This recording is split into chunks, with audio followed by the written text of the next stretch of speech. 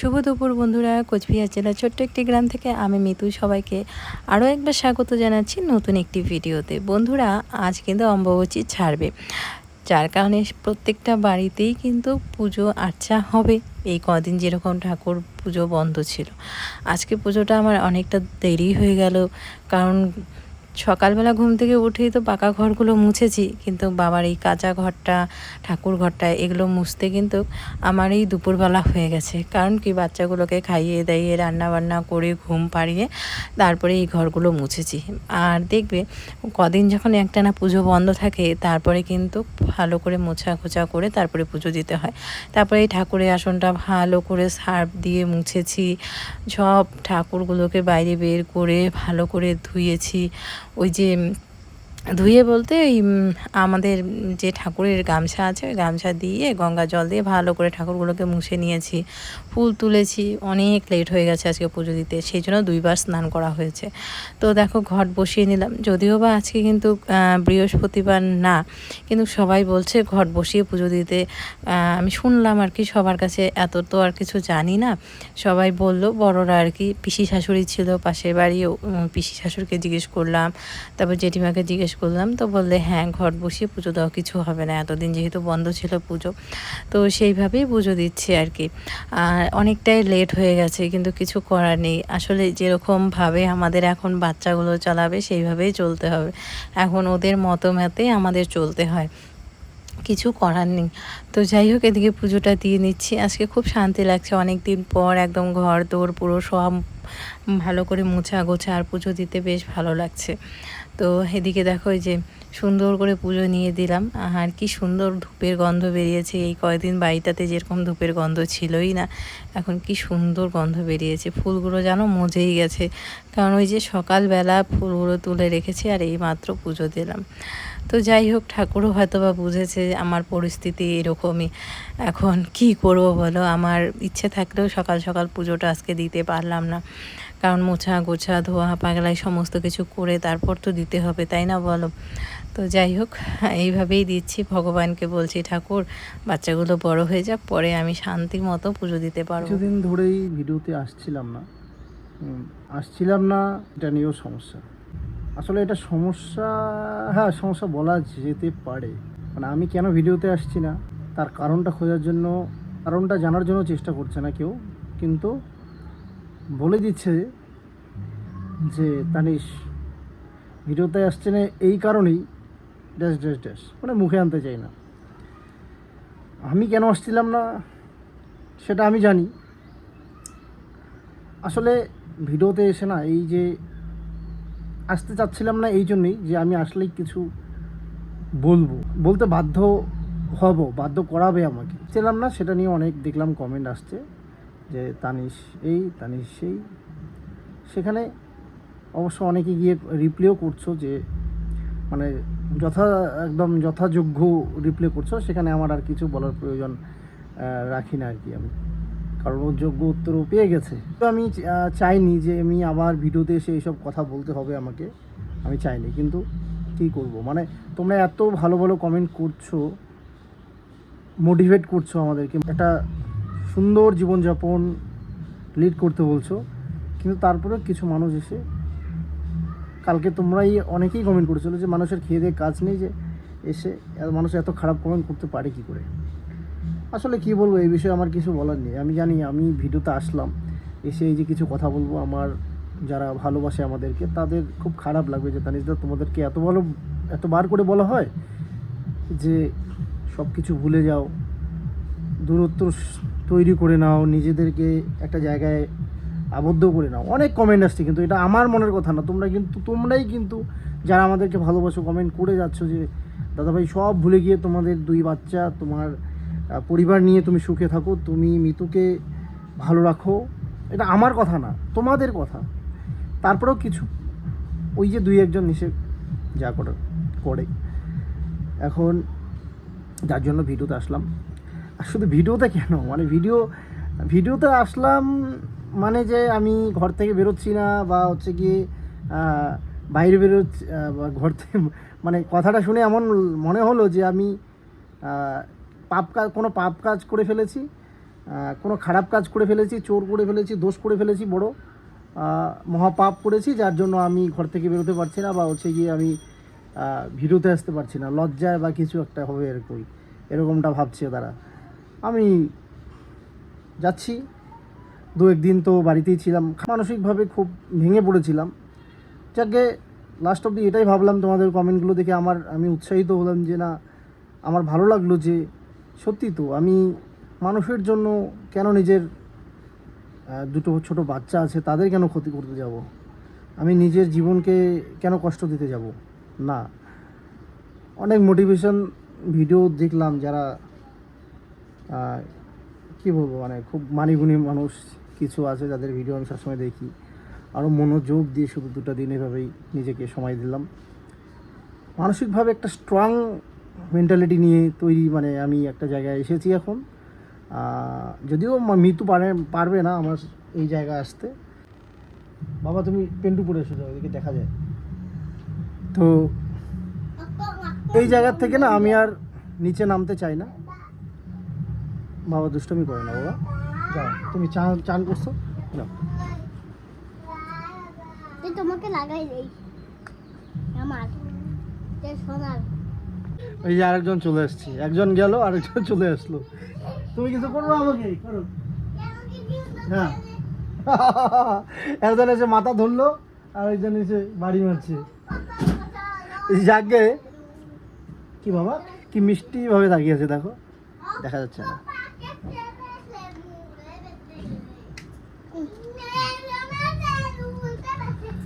তো নিজেকে একটা জায়গায় দাঁড় করিয়েছি বন্ধুরা, আসি নাই বা বকবক করতে আসি নাই, সেই জায়গা থেকে নামতে চাই না। পৃথিবী উল্টে গেলেও আর আমি আমার জায়গা থেকে সরতে রাজি নই। কি মা, ঠিক আছে। হ্যাঁ, কর্মা বলে একটা জিনিস আছে, যেটাকে আমি খুব মানি, বিশ্বাস করি। যেমন কর্ম তেমন ফল পেতে হয় এই যুগে। যাও রে বাবা রে।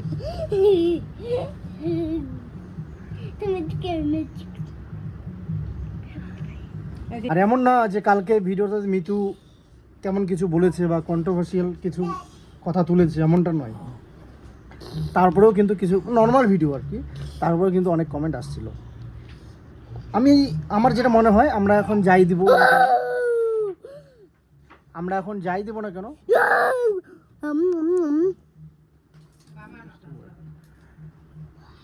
আমরা ভালো ভিডিও দিলেও বা নর্মাল ভিডিও দিলেও আমাদের এখানে এরকম কমেন্ট আসবে, আমার যেটা মনে হচ্ছে আর কি। কারণ কিছু মানুষ তো কমেন্ট করবেই ওরকমটা, কারণ আমাদের তো আর কিছু মানুষ পছন্দ করে না। তো সেই জন্য আর আজকেই বলছি, এরপরে আর এরকম কথা বলতে আসবো না। আমি লাস্ট এটা কথাই আরও বলবো।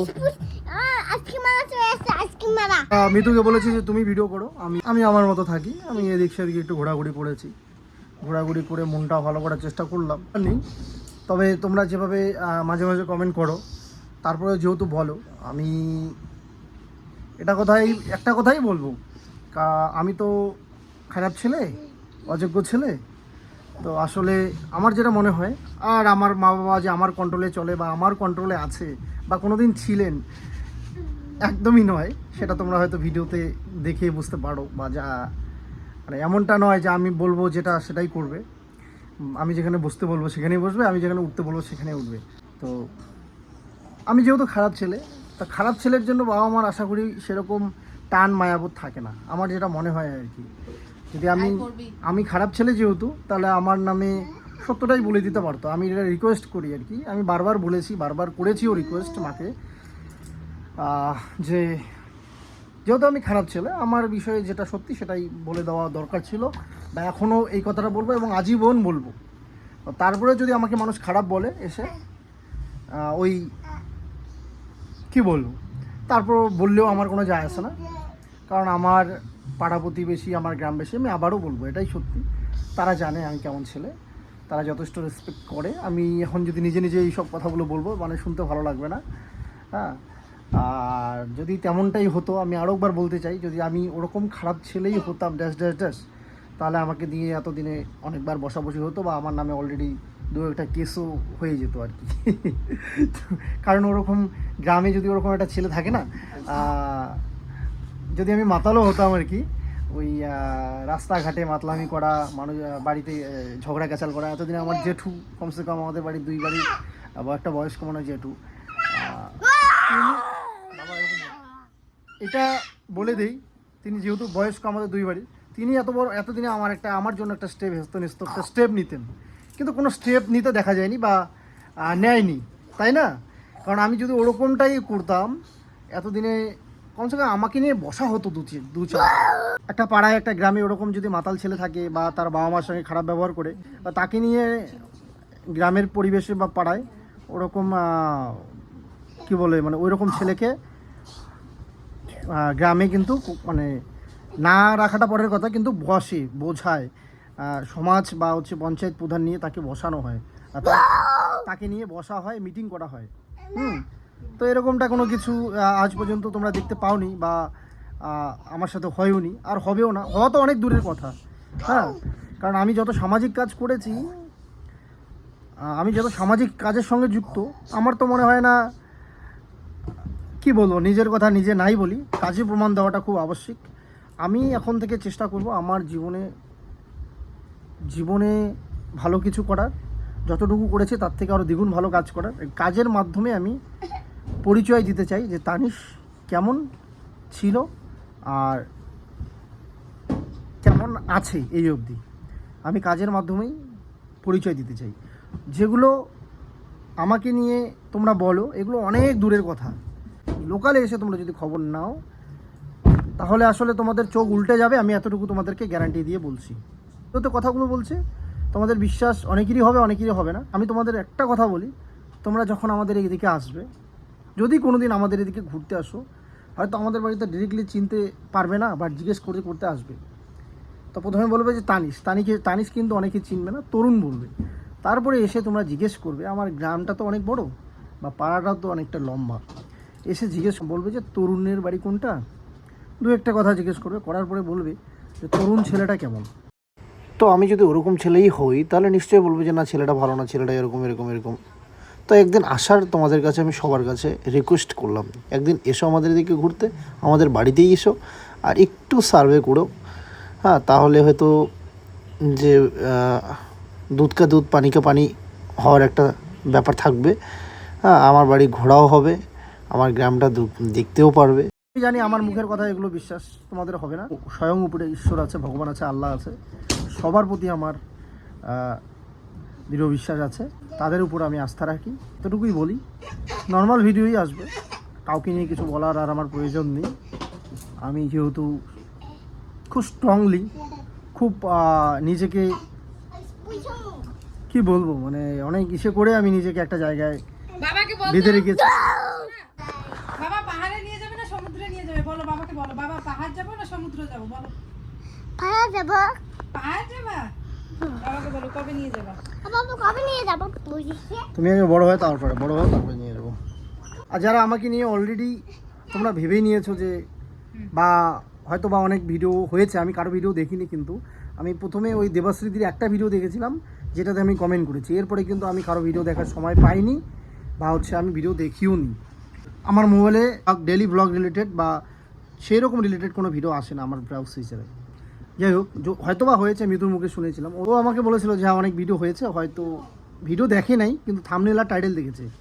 বললো যে মেবি তোমাকে নিয়ে হয়তো কিছু কথা হয়েছে সোশ্যাল মিডিয়াতে। তবে আমি এতটুকুই বলবো, যদি ভিডিও হয়েও থাকে বা আমাকে নিয়ে কেউ ওরকম ভেবেও থাকে যে হ্যাঁ তানিশ এরকম সেরকম, তবে এতটুকু বলবো যে একটু ভালো করে খোঁজ খবর নিয়ে, হ্যাঁ এবার স্বয়ং বলবে যে না তোমার মা স্বয়ং ছিল, তবে অনেক কথাই আসবে এখানে, আমি জানি। আমি এই ভিডিওটা করার পরেও অনেক কথাই হবে যে আর কি বোঝাতে চাও, আর কি প্রমাণ করাতে চাও, যেখানে তোমার এই ব্যাপার আমি মুখে নিতে চাই না সব কিছু। আর যে তবে ওইটাই বললাম যে একটু ভালোভাবে খোঁজ খবর নিতে লাগতো। আমি যত ভালো কাজের সঙ্গে, সামাজিক কাজ, সোশ্যাল কাজের সঙ্গে যুক্ত, আজকে থেকে না 2016 থেকে, হ্যাঁ, যেগুলো আমি ইউটিউবে কোনো দিনও আমি করি না। আমার ফেসবুক আইডিতে গেলে অনেকেই আছে ফেসবুকের ফ্রেন্ড লিস্টে, তো তারা জানে। হ্যাঁ, ইউটিউবে আমি এগুলো শেয়ার করি না। আমার একটা ফেসবুকে আলাদা লাইভ আছে, জগৎ আছে, আমি অনেক সংগঠনের সঙ্গে যুক্ত রাজবংশী, পুরো নর্থ বেঙ্গল জুড়েই। তো এগুলো যেগুলো আমাকে নিয়ে বলা হয়েছে, এগুলো কাজ করার আগে আমাকে 10বার ভাবতে হতো।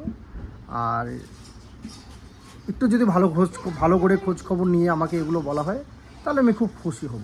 আর ওটাই বললাম, যদি আমি ওরকমই হতাম তাহলে আমাকে নিয়ে অলরেডি এতদিনে 2-4বার বসা হতো। আর আমি যদি এরকমই খারাপ ছেলে, আমি যেহেতু এতটাই খারাপ ছেলে, তাহলে আমাকে নিয়ে আমার ব্যাপারে সত্যিটা বলেই দিতে পারতো। আমি এখনও বলবো, 10 বছর পরে ওই কথাটা বলবো। হয়তো 10 বছর পরে সব ভুলে যাব, আস্তে আস্তে যেহেতু সব ভুলেই যাচ্ছি। 10 বছর পরে এরকম পরিস্থিতি আসে, আমি সেদিনও বলবো যে কেন সত্যিটা বললো না, সত্যিটা বলার কেন সাহস হলো না কারো। হ্যাঁ, এই কথাই থাকবে। কারণ আরও একবার বলি, এই কথাটা তোমরা আবার অনেকে মানতে অরাজি। মিথ্যা যতই চিৎকার করে বলো, সত্য হয় না। এটা বাস্তব, মানতে কষ্ট হবে, মানতে চাবে না অনেকে, কিন্তু এটাই বাস্তব, চরম সত্য। সবাই ভালো থেকো, ভিডিও দেখতে থাকো। মিতুতানিস লাইফস্টাইলে আর এরকম রিলেটেড কোনো বিষয় আসবে না, ভিডিও নর্মাল ব্লগ আসবে। তো ভালো থেকো সবাই।